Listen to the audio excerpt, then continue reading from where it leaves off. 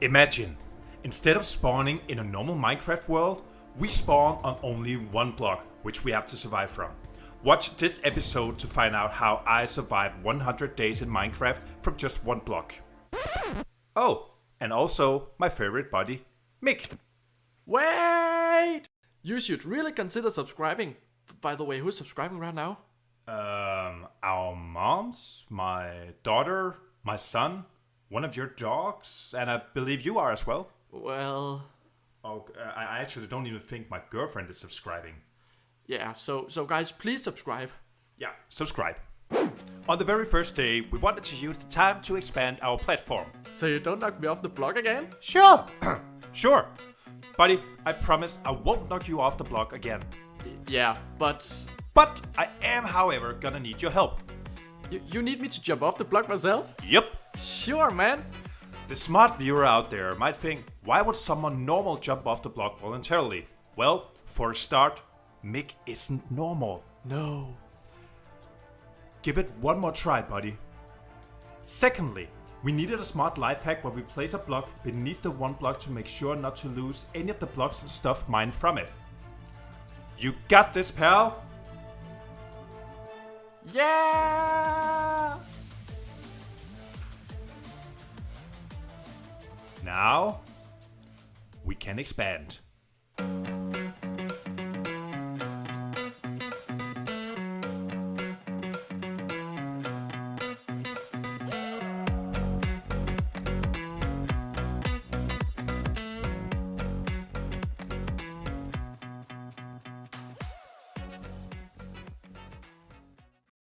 On day 2, I was busy mining until Mick caught my attention with some disturbing behavior with Paul.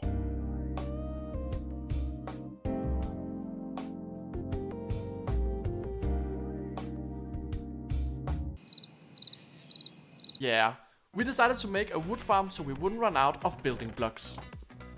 On day 5, my wood has gotten very big. Wait, your what? I said my wood farm, shut up!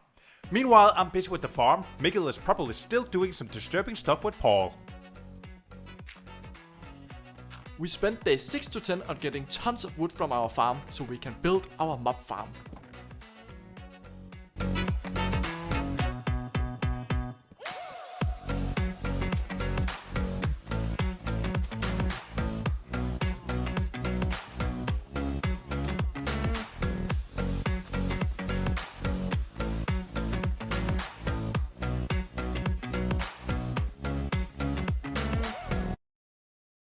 Now it was time to build the mob farm. So I sat down and waited for Mick to do the hard work. Yep. I'm like the contractor and Mick does all the labor. Anywho, we needed at least 20 blocks high construction to make sure the mobs will suffer great damage when they fall down. The top needs to be a square with 4 lanes of water running towards the middle. The middle hole should be 4 times 4 square and the lane should be 8 blocks long towards the hole.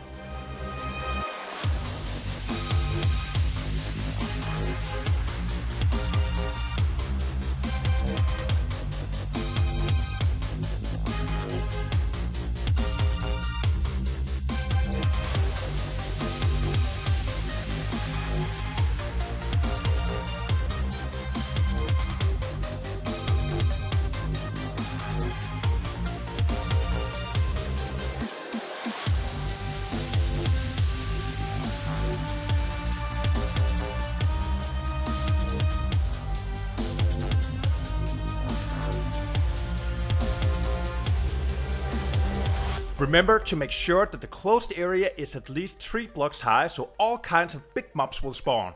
We turn off the lights in the closed area and place some torches on top of the mob farm so mobs won't spawn outside of it.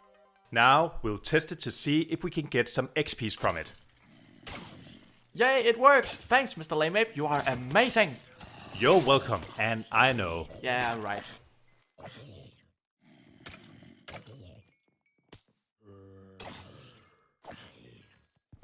On day 15 I was mining until these stupid flying frogs surprised me. I hate them. Now, one of them flew towards Marcel, so I had to rush over to warn him. I'm coming to save you, my friend. Be careful. I got this one, Marcel.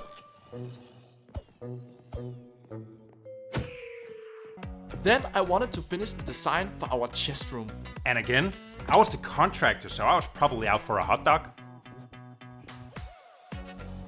It's perfect! And after a hot day's work and hot dogs, it was time to sleep. Then it was time for Marcel to do some work on establishing the animal farm area. Because this was the most complex task in this video.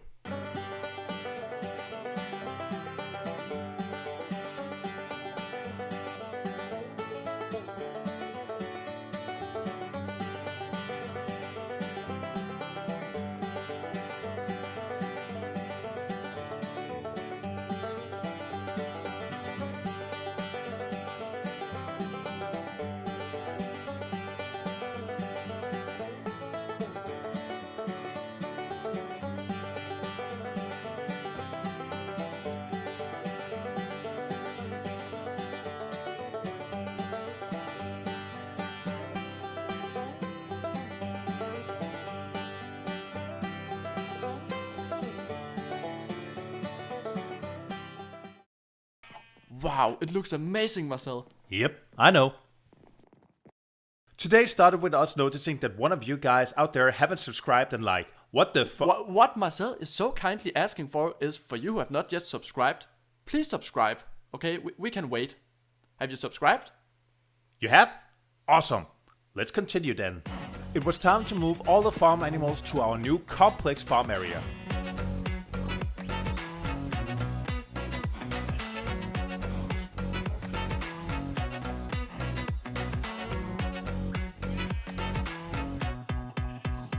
Meanwhile I was doing all that, Marcel decided to throw a party, but none of our friends showed up. It was only monsters for some reason. Yay, party! I was so close to death, so I had to make a little room for me to heal. Now Marcel could have fun with our guests. After the fun party, I continued to move the animals to their new perfect paradise. We had a few small projects in mind that we wanted to make before we reach 30 days. These were a house and a crop farm, which we can use for the villagers later on. I wanted to make the farm. Firstly, I wanted to go half a level down, but I didn't really know what my plan was on how to do it, so I was just doing some weird shit while all the animals were eyeballing me. I wasn't gonna sacrifice myself with a jump off the block again. Mick, this just seems stupid. You know what? Excellent point of view, Marcel. But I did, however, manage to level down for the crop farm. See? So, in your face?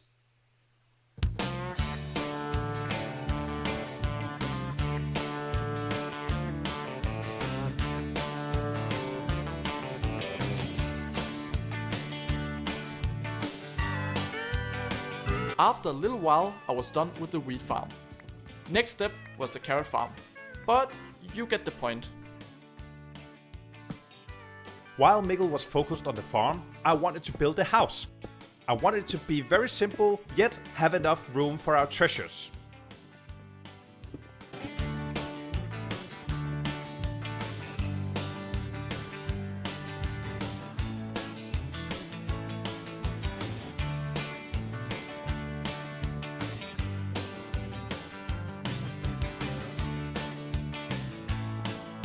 Then reality hit us, and we realized that building a house isn't just a 2 days project.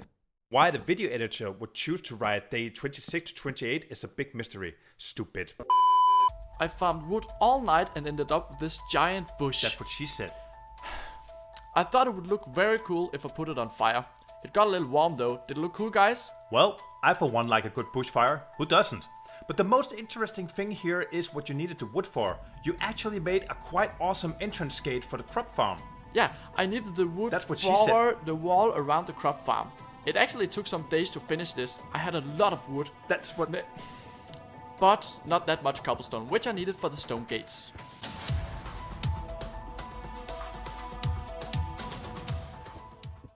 The result was pretty awesome, Mick. Thanks.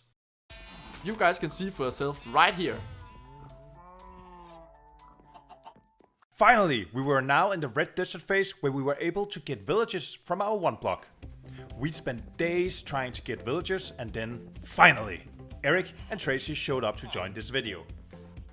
I moved them both to the crop farm, which wasn't easy at all.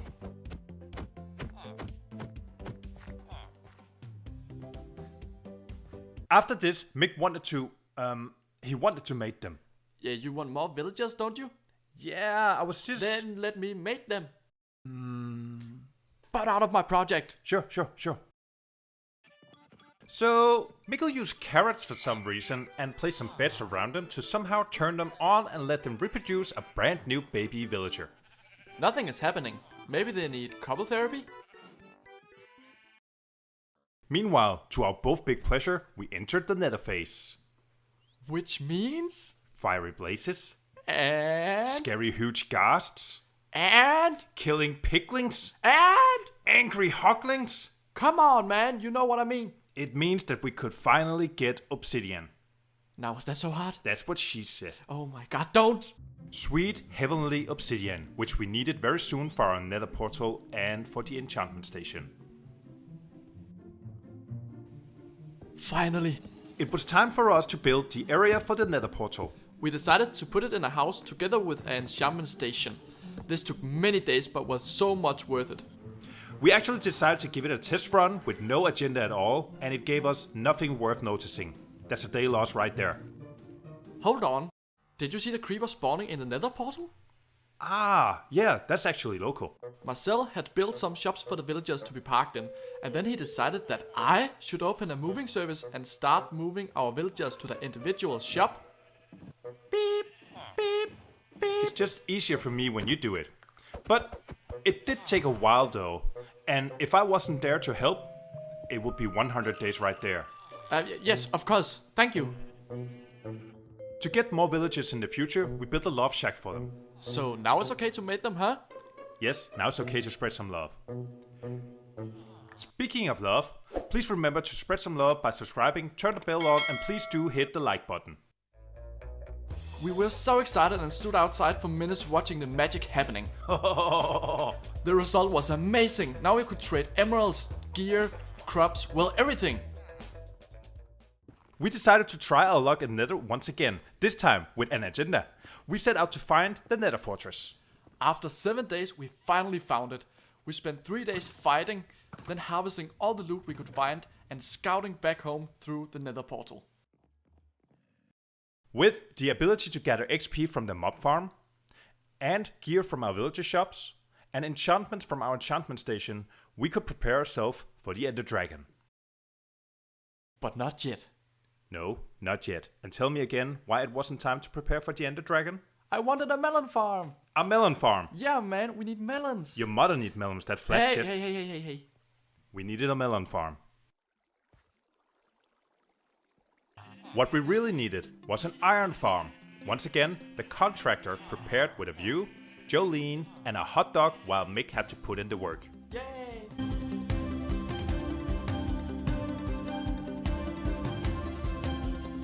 An iron farm is actually a villager area where they can sleep and make more villagers. And what spawns nearby villagers? Hey, Mr. Laymate. No, iron golems. And when the iron golem spawns, they will slowly but effective slide towards the lava, which will kill them, and then we will get iron bars in our chest. As we gaze towards the sunset, we are thankful for people like you. Thank you so much for watching this movie, and stay tuned for the sequel, One Block Survival in 200 Days.